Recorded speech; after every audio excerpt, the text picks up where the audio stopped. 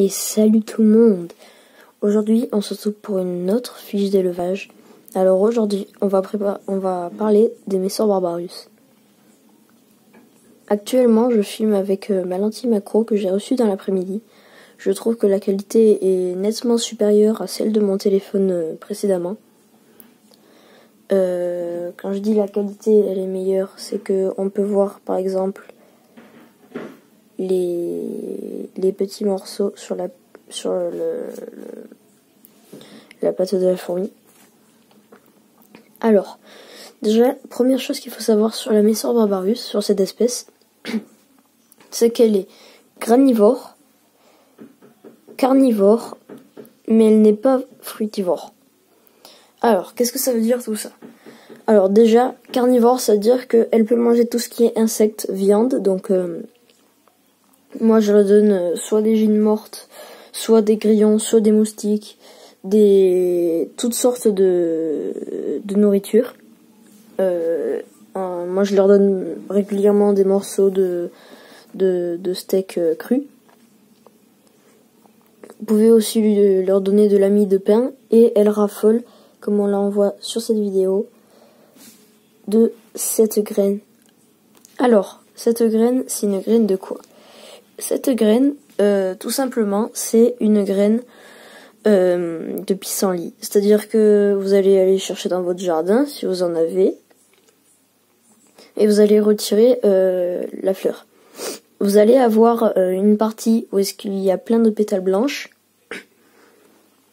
et une partie dans cette pétale où est-ce que vous verrez la graine. Donc vous allez retirer toute la partie blanche qui rattache la graine directement à ce qui s'envole, et vous leur donnez que les graines.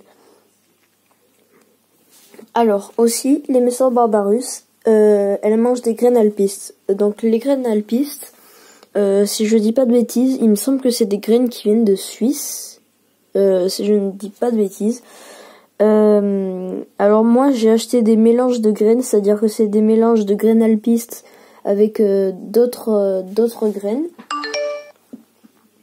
Alors pourquoi des mélanges? Parce que tout simplement les mélanges ça permet de diversifier l'alimentation et de leur donner plus de chances de fonder une colonie qui va devenir de plus en plus grosse et plus rapidement. Et cela plus rapidement.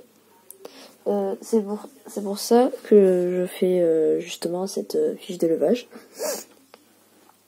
Alors, elle n'est pas fruitivore, c'est-à-dire qu'elle ne mange pas de fruits. Si vous voulez une espèce qui mange des fruits, je vous conseillerais tout ce qui est lasius. Voilà.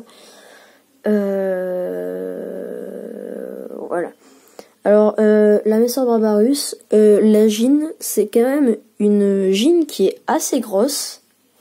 On peut la trouver dans le sud de la France, on peut la trouver en Italie, en Espagne et au sud de l'Algérie, au nord de l'Algérie, pardon.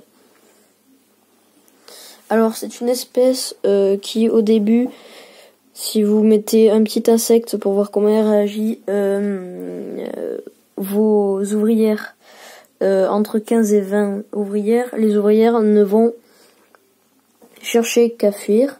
Entre 20 et 25 ouvrières, elles vont déjà un tout petit peu mordre sur l'ouvrière tout en restant, tout en ayant quand même ses gardes un peu, ses distances. Et à partir de à peu près 60 ouvrières, là c'est vraiment le combat à mort. Donc voilà, la Messor Barbarus c'est une espèce que j'apprécie, déjà parce que elle a 3 types d'ouvrières. Elle a les ouvrières ou les nourrices.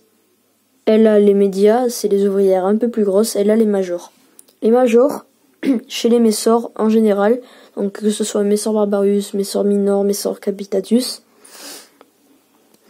les majors font presque la taille de la reine et ont une tête de couleur à peu près rouge brique et une énorme tête et un corps à peu près normal. Donc voilà, le type de nid, ça peut être du nid building, c'est ce que je vous recommande.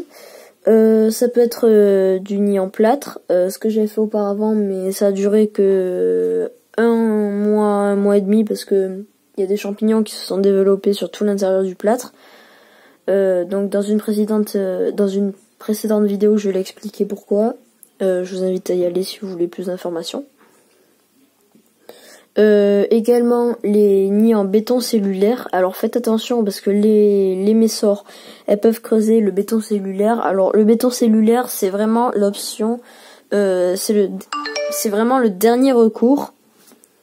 C'est le dernier recours si vous n'avez plus de place. Bon, je pense que j'ai fait un peu tout le tour. Sur ce, moi je vous dis ciao, à une prochaine vidéo.